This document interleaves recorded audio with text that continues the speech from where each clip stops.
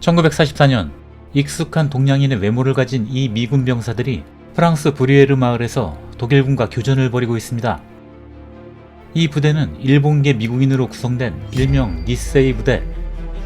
전차의 지원도 받지 못한 채 맨몸으로 독일군의 기관총을 감당하고 있는 이 부대원들, 추가 지원 병력이 오기 전까지 좀 쉬는가 했는데 갑자기 미군 텍사스 대대가 산악지역에서 독일군 2개 연대에게 포위되었다는 소식을 듣습니다. 이 니세이 부대원들은 포위당한 미국인들이 자신들의 도움이 절실하다는 사실을 알게 됩니다. 이들 역시 외모만 동양인일 뿐 미국인인 건 마찬가지.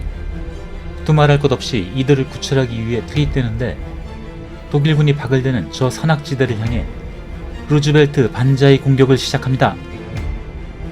1941년 12월 미국은 일본에게 진주만 기습 공격을 당합니다. 미국 정부는 미국 내 거주하고 있던 일본계 미국인들을 적국인 일본과 내통할 우려가 있는 사회 불안 요소로 간주합니다. 독일계와 이탈리아계는 물론 대략 12만여 명의 일본계 미국인들은 루즈벨트가 시행한 행정명령 9066호에 따라 모든 사유재산을 몰수당한 채 미국 각지의 수용소에 강제 이주됩니다. 미국으로 이민 왔던 1세대 일본인들은 아직까지 일본인으로서 정체성은 남아있었고 2세대 일본계 일부는 최소 1600여 명 이상이 일본군에 자원 입대한 상황이라 일본계 미국인에 대한 신뢰는 더욱 낮아질 수밖에 없었습니다. 하지만 대다수의 2세대 일본계는 이미 미국인으로서 정체성을 갖추고 있었고 일본계에 대한 혐오 분위기 속에서 스스로 미국에 대한 충성심을 증명해야 했습니다. 미군 전쟁부는 이들을 석연찮게 여겼지만 2세대 일본계 미국인들은 자발적으로 미 육군에 자원했고 일본계 하와이 주 방위군과 함께 1400여 명에 이르는 지원자들의 부대는 백보병대대 니세이 부대로 불리게 되었습니다. 1943년 이 니세이 부대는 442 연대 전투단 예하대대로 재편성되고 이탈리아 전선을 시작으로 유럽 전역에 투입됩니다.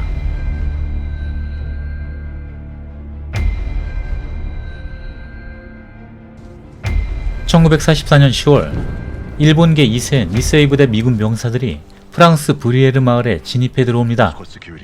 프랑스 파리는 지난 8월에 이미 독일군으로부터 해방됐지만 독일 국경과 마주하고 있던 이곳 알자스 산악지대와 일부 마을에는 아직 독일군 병력들이 박을 대고 있었습니다. 여기 얼핏 보기엔 주임원사 정도 돼 보이지만 주변에서는 병장이라고 부르는 주인공 지미 타카타 병장은 하와이 출신 100대대 병사인데 이 마을 점령 작전에 분대 지휘를 맡고 있는 듯합니다. 이곳에 억류된 프랑스인들도 구하고 You don't look Americans. Doc, take him to the rear. 저격수를 포함한 독일군의 완강한 방어를 제압하려 하지만 이렇다 할 중화기도 갖추고 있지 않아 아군의 피해도 적지 않습니다. 그래도 나름대로 방어를 어느 정도 뚫고 이 교전이 해결책이 보이려는 순간 지미 병장이 적탄에 맞습니다. 다행히 철모에 맞아 부상 정도는 그리 심하지 않은데 부상은 당했지만 치명적이진 않아서 작전에는 열애될 수 있는 $1,000,000 와운드, 그러니까 우리 전문 용어로 개꿀 부상을 입은 셈이죠. 근데 군인 두발 상태가 왜 이 모양이야? 마을을 점령하고 이제 좀 휴식을 취하는 병사들, 뭐 생김새나 이름만 일본인이고 여유와 유머 있는 모습들은 미군들과 그리 달라 보이지 않는군요. 사실 이 병사들도 스스로 지원해서 여기 유럽 전역에 투입되긴 했지만 다들 나름대로 사연이 있던 병사들이었습니다. 약혼녀와 결혼하기 전에 지원한 친구도 있고 수용소에 있다가 군의관으로 지원한 의사,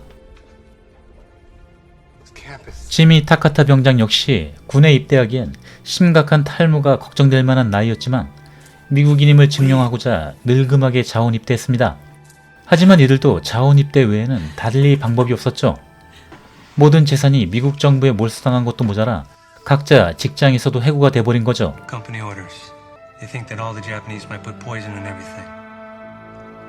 애초에 삶의 터전이 미국이었던지라 이방인 이미지를 벗어나려면 미군으로 자원 입대하는 것이 이들에게는 최선의 방법이었습니다. 전쟁터에 나간다고 일본인 아가씨들이 1000개의 술을 놓아준 허리띠도 선물하는데 They've been making them for the past 6 months for all the soldiers. They each put a stitch in and pass it along until there are 1,000 stitches. 하지만 입대한다고 해서 모든 게 해결되는 건 아니었죠. 입대 후에도 일본을 경멸하는 미국 병사들의 차별도 감당해야 했습니다. 그래도 젊은 친구들답게 입대 전 여자친구와 오붓한 시간도 갔던 시절이 있었는데 꿈이었군요.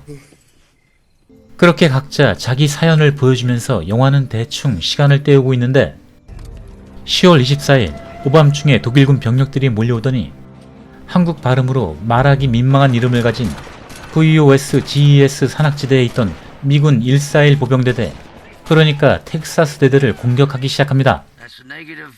그리고 이 대대는 독일군에게 완전히 포위가 되어버리면서 지휘관 휘하 모든 병사들이 절망에 빠지게 되는데 제작비가 모자랐는지 이 포위된 절박한 상황을 죄다 말로 퉁칩니다. 이 소식은 니세이 부대원들에게 전해집니다. 다른 미군 부대가 텍사스 대대를 구출하러 갔다가 죄다 실패했다고 하는데 이건 역시 말로 때웁니다. 그렇게 다음 순서는 니세이 부대 차례가 된 거죠.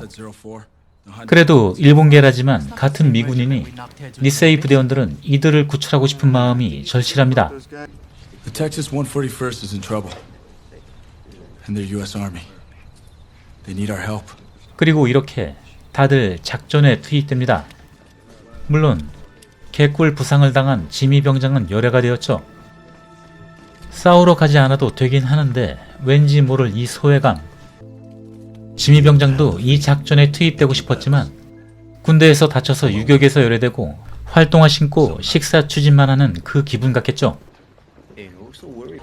머리가 다쳐서 그런지 갑자기 헛게 보이는 지미 병장. 뜬금없이 아버지가 나타나는데 이건 무슨 스타워즈도 아니고 아버지 말 한마디에 본인도 왠지 병사들 구출에 나서야겠다는 생각을 합니다. 그리고 홀홀단신 자신도 출발하는데 그새 다른 잔류인원 병사들도 졸졸 따라오고 있었군요. 갑자기 분위기 한국전쟁. 이 영화 2차 대전 영화 맞습니다. 결국 이들은 먼저 도착한 선두 대열에 합류합니다.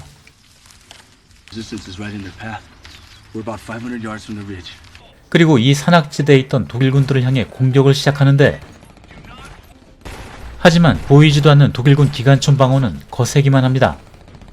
여기저기 동료들은 하나둘 쓰러지는데 이 필살기는 절대 쓰지 않으려 할 것만 독일군을 향해 반자이 공격을 시작합니다. 루즈벨트 각하 반자이. 텍사스 부대 지휘관은 몸빵으로 자신을 구출하러 오는 용감한 니세이 부대원들을 직접 보고 감격에 겨워합니다. 결국 이 텍사스 부대 구출작전, 너무 많은 사상자가 발생해서 가성비가 그리 썩 좋은 작전은 아니었지만 어찌됐건 이 니세이 부대원들의 미국인 병사 구출작전은 성공적으로 끝마친 작전이었습니다.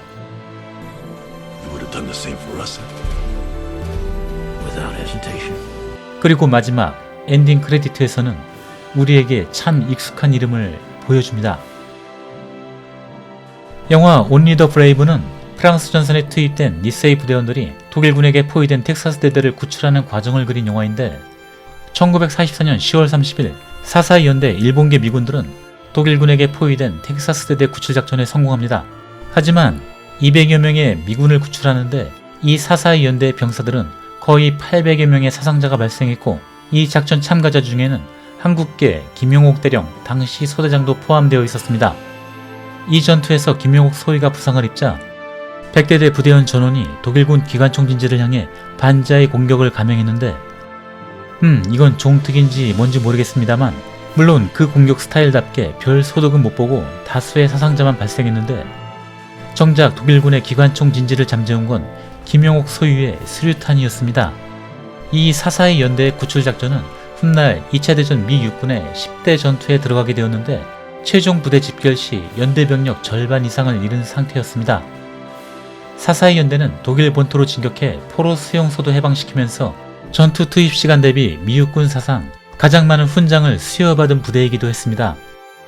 이들은 이렇게 유럽 전선에서 갖은 희생을 겪고 종전 후 미국 사회로 다시 복귀했지만 당시 미국 내 반일 분위기는 여전히 팽배해 있었고 차별과 편견 속에서 취업 거부는 물론 몰수당한 재산도 돌려받지 못했습니다.